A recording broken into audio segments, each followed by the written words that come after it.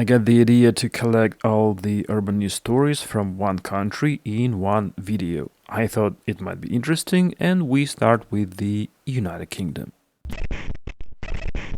And finally, I would like to mention this tweet from British Prime Minister Rishi Sunak, in which he says that the British are the nation of drivers. I don't want to preach to anyone, but I just like to remind you of Britain's contribution to the development of transportation technologies. World's first railway with steam locomotives, world's first horse-drawn tram, world's first electric locomotive, world's first underground subway, world's first electric bus. And suddenly we are a nation of drivers. As you can see, 19th century Britain was one of the world's pioneers in the development of public transport, especially railways. Therefore, it is very strange to hear such statements and see how they result in the cancellation of high-speed rail development in Britain. In my opinion, it would be a great pity if the United Kingdom turns the wrong way and starts repeating the mistakes of the 20th century in a second round. And the same goes for the 20 miles per hour speed limit. Mr. Sunak promises to abolish it en masse as oppressive to drivers, but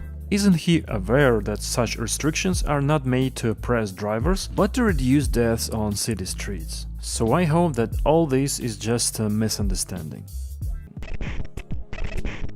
The West Yorkshire Combined Authority has announced plans to create 2 tram lines to serve cities of Leeds and Bradford. This is especially good news for Leeds, which is considered the largest city in Western Europe without a mass public transportation system. Its population is about 800,000, but its public transport consists only of buses. Now it is proposed to build 2 lines. One is to run from St. James Hospital through the city center to the White Rose Shopping Center, and the other one is to connect the centers of Leeds and Bradford. And in general, the project is estimated to cost £2 billion. If the plans are approved, construction should begin in 2028 and will be financed by funds allocated to the region after the cancellation of Birmingham-Manchester high-speed rail service. That means the tram will be instead of high-speed rail, so it's good news with a bit of sad background. The light rail system of British city of Sheffield is returning to public control after 27 years of operation under the management of the private company Stagecoach. And by the way, it's the same company that once operated trolleybuses in Wellington, New Zealand. Now the South Yorkshire authorities are planning to work on expanding the network as well as reducing some fares by 10%, making the schedule more convenient for passengers, creating a mobile application called Tram app, and starting deep cleaning of the shelters at the stops. And the last one is the most interesting, because does this mean that the private operator didn't clean them at all? The administration is also studying whether it's possible to expand the network by introducing tram service on the freight line from Sheffield to Stokes Bridge and south to Chesterfield. In general, it seems that public transportation in Sheffield hasn't been performing well over the past years, so I hope it will get better now.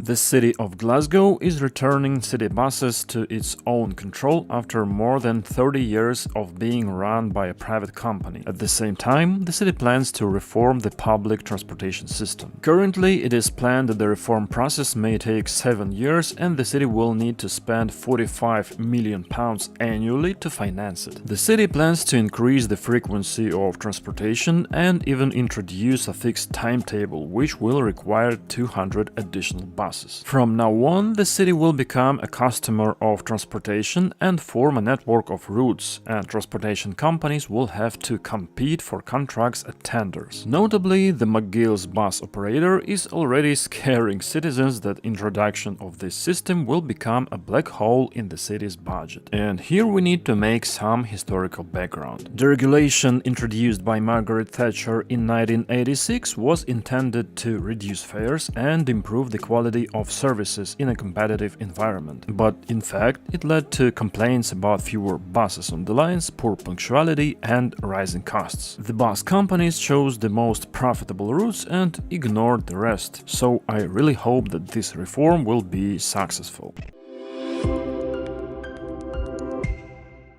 The British city of Leeds has allocated £11.2 million for the purchase of 79 battery buses. As a result, half of the fleet at the operator's depot in Bramley will have zero emissions. The carrier is currently using 57 electric buses, 32 single-deckers and 25 double-deckers. The buses are manufactured by Wrightbus in Northern Ireland with features including audiovisual next-stop technology and USB charging points.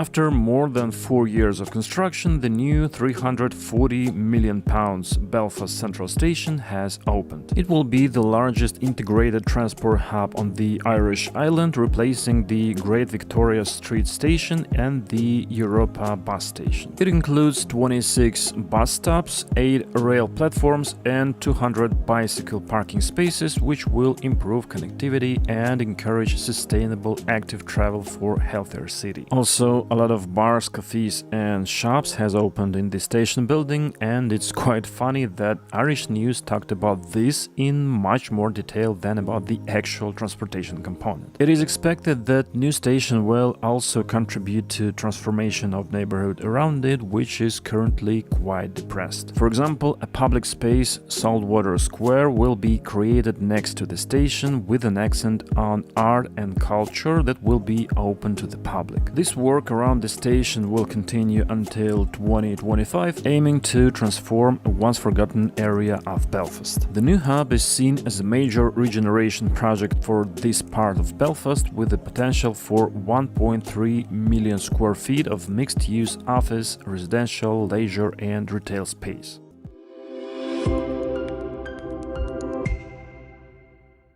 Meanwhile, Cardiff has launched a public consultations on proposals to build a tram line connecting Central Station with Cardiff Bay. The project is expected to be approved in 2025, with opening scheduled to late 2028 or early 2029, and so far £100 million has been allocated for its development.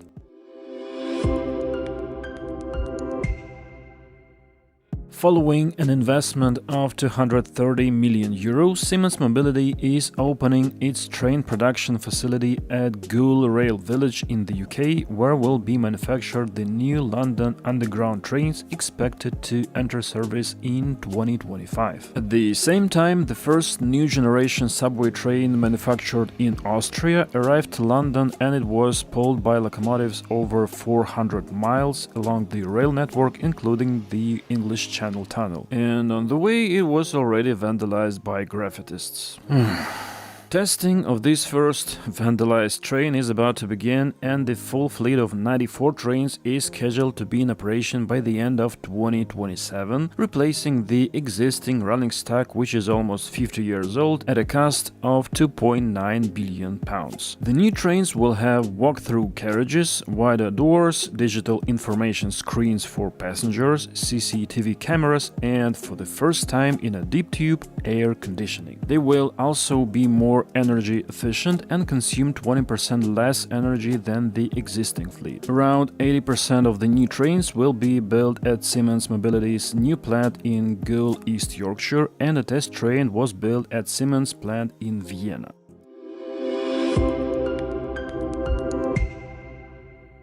Transport for Wales has introduced the UK's first 3-mode electric trains for the South Wales network. The Class 756 Flirt trains were built by Stadler and will gradually enter service, replacing older trains in stages. And it is expected that a total of 14 trains will be put into operation by spring 2025. 3-mode technology allows the trains to switch seamlessly between catenary, diesel and battery power, ensuring efficient operation even on tracks without electrification. These new trains are a key component of £800 million investment in modernizing the fleet and rail infrastructure in Wales. Meanwhile, Tokyo Metro has won the contract to operate London's Elizabeth Line, which is a 117-kilometer commuter rail line that operates from May 2022 and connects London with Reading. The company, which operates Tokyo's famous subway system, has won the deal, replacing the current Chinese-owned operator MTR. Tokyo Metro Company promised to bring Japanese reliability and punctuality to London's newest rail line after its consortium with British transport group Go Ahead and Japanese trading house Sumitomo Corporation beat 3 other contenders. Over the past 12 months, Elizabeth Line, which carries 700,000 passengers per day, have suffered reliability problems. Between April and June, about 17% of trains arrived late, making it 10th in the reliability ranking compared to other British rail operators. This will be the first time that Tokyo Metro has joined the management of an overseas rail operation. However, it has been involved in some consulting work in the past, including helping to develop the Hanoi Metro system in Vietnam. The company said that it plans to develop its overseas rail business further and participate in more operation and maintenance projects around the world. The City of London Corporation has approved a plan to build a new tall skyscraper in the financial district. The corporation's planning committee voted in favor of the 74-story tower at 1 Undershaft. A planned tower between the Gherkin and Cheesegrater skyscrapers will rise to 309 meters, which will be higher than the district's current skyscraper peak at 22 Bishopsgate. The site will have about 154,000 square meters of office spaces, public gardens, cultural spaces, and restaurants. Earlier in 2019, the city approved the project for a tower on this site, but the owners changed the design to meet the needs of companies in the post-pandemic period. The latest design is roughly the same height as London's tallest tower, the Shard, which stands south of the Thames next to London Bridge Station. In British Newcastle, the first-class 555 train built by Stadler has entered service on the Tyne and Wear Metro.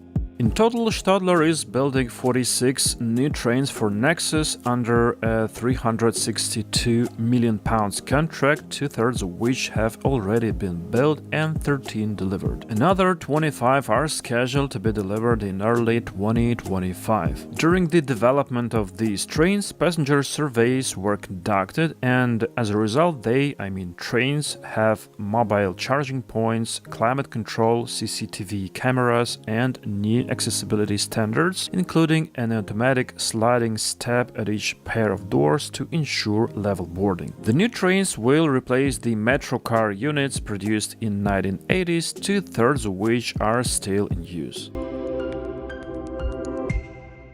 One of the busiest streets in Salford, Greater Manchester, is to be renovated to make it safer for pedestrians and cyclists. A section of Chapel Street between New Bailey and Blackfriars Street will be reconstructed in line with Salford City Council's plan to increase the number of pedestrian and cycle routes across the city. And as officials said, the work will rebalance the space in favor of pedestrians and cyclists alongside existing traffic. This route is one of the busiest in the city, running through the Greengate area and leading to the center of Manchester, where it is possible to get to Salford Central Station. These new cycle lanes and sidewalks will give pedestrians and cyclists priority over side streets, as well as improved pedestrian crossings along the streets. The council said it wants to give residents more options for getting around Salford without relying on cars. The work is scheduled to begin in April and be completed in February 2026. The £4.2 million